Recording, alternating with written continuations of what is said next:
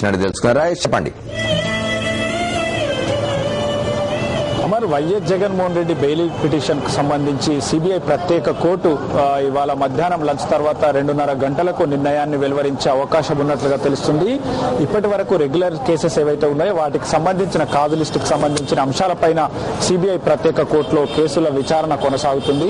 Jaganmohan Reddy bail petition పైన order కు సంబంధించిన అంశాన్ని సీరియల్ నెంబర్ 14 గా ప్రస్తావించడం జరిగింది. కాబట్టి రెగ్యులర్ ఐటమ్స్ కు సంబంధించిన పూర్తి విచారణ పూర్తయిన తర్వాత వైఎస్ జగన్మోహన్ రెడ్డి యొక్క బెయిల్ పిటిషన్ పైన సిబిఐ ప్రత్యేక కోర్టు నిర్ణయాన్ని వెలువరించనుంది. అంటే దాదాపుగా 2.5 తర్వాతే బెయిల్ పిటిషన్ పైన నిర్ణయం వెలువరించే అవకాశాలు కనబడుతున్నాయి. ఇక మరోవైపున సిబిఐ ఇవాళ క్విడ్ ప్రోకో కేసుకు సంబంధించిన ఒక మెమోను సిబిఐ ప్రత్యేక కోర్టు ముందు సబ్మిట్ చేయడం జరిగింది. దాంట్లో ప్రధానంగా వైఎస్ జగన్మోహన్ రెడ్డి పైన ఏదైతే హైకోర్టులో శంకర్రావు అదేవిధంగా ఎర్రన్నాయుడు దాఖలు చేసిన పిటిషన్లకు సంబంధించిన వ్యవహారం ఏదైతే ఉందో క్విడ్ ప్రోకో కేసుకు సంబంధించి మొత్తం దర్యాప్తు కూడా పూర్తయింది.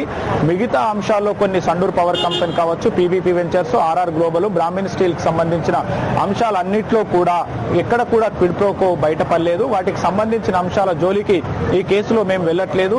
క్విడ్ ప్రోకో కేసుకు సంబంధించి RC90A దర్యాప్తు మొత్తం పూర్తయిందని చెప్పేసి కూడా మెమోలో స్పష్టంగా పేర్కొనడం జరిగింది. అంటే క్విడ్ ప్రోకో కేసులో ఇక దర్యాప్తు పూర్తయినట్లని ఖచ్చితంగా సిబిఐ అధికారులు అధికారికంగా సిబిఐ కోర్టులో మెమో దాఖలు చేయడం జరిగింది. ఇక వైఎస్ జగన్మోహన్ రెడ్డి యొక్క బెయిల్ పిటిషన్ సంబంధించిన వ్యవహారంలో సుప్రీంకోర్టు సీనియర్ న్యాయవాది సుశీల్ కుమార్ గతంలో వాదనలు వినిపించడం జరిగింది. క్విడ్ ప్రోకో కేసులో దర్యాప్తు పూర్తయినందున వైఎస్ జగన్మోహన్ రెడ్డికి బెయిల్ మంజూరు చేయాలని 16 నెలలుగా వైఎస్ జగన్మోహన్ రెడ్డి జైల్లో పెట్టారని, ఏం ఆశించి వైఎస్ జగన్మోహన్ రెడ్డిని జైల్లో పెట్టారు, రాజకీయ కక్ష సాధింపులో భాగంగానే జగన్మోహన్ రెడ్డిని సిబిఐ అరెస్ట్ చేసిందని, దర్యాప్తు పూర్తయినందున జగన్ కు బెయిల్ మంజూరు చేయాలని చెప్పేసి కోర్టు ముందు వాదనలు వినిపించడం జరిగింది. సిబిఐ ట్రయల్లో వైఎస్ జగన్మోహన్ రెడ్డి ఇన్ఫ్లుయెన్స్ చేసే అవకాశం ఉంది కౌంటర్లో పేర్కొంది. కానీ ఇదంతా సత్యదూరంగా ఉంది. గతంలో వైఎస్ జగన్మోహన్ రెడ్డి ఎప్పుడు కూడా, అంటే బయట ఉన్న సమయంలో కావచ్చు, జైల్లో ఉన్నప్పుడు ఎప్పుడు కూడా వైఎస్ జగన్మోహన్ రెడ్డి దర్యాప్తు పైన ప్రభావం చూపలేదు. సిబిఐ వద్ద ఎలాంటి ఆధారాలు లేవు. ఒకవేళ వైఎస్ జగన్మోహన్ రెడ్డికి అయితే బెయిల్ మంజూరు చేయండి, ఒకవేళ వైఎస్ జగన్మోహన్ రెడ్డి దర్యాప్తుకు ఆటంకం కలిగించినట్లు సిబిఐ ఏదైనా ఆధారాలు చూపగలిగితే అప్పుడు రద్దు చేసుకునే అవకాశం కూడా కోర్టులకు ఉంటుంది. కానీ ఇప్పుడు ఏదో దర్యాప్తును ప్రభావం చూపుతాడు, ట్రయల్ పైన వైఎస్ జగన్మోహన్ రెడ్డి ప్రభావం చూసే అవకాశం ఉందని ఏదో ఊహించుకొని ఆరోపణలు చేయడం కాదు.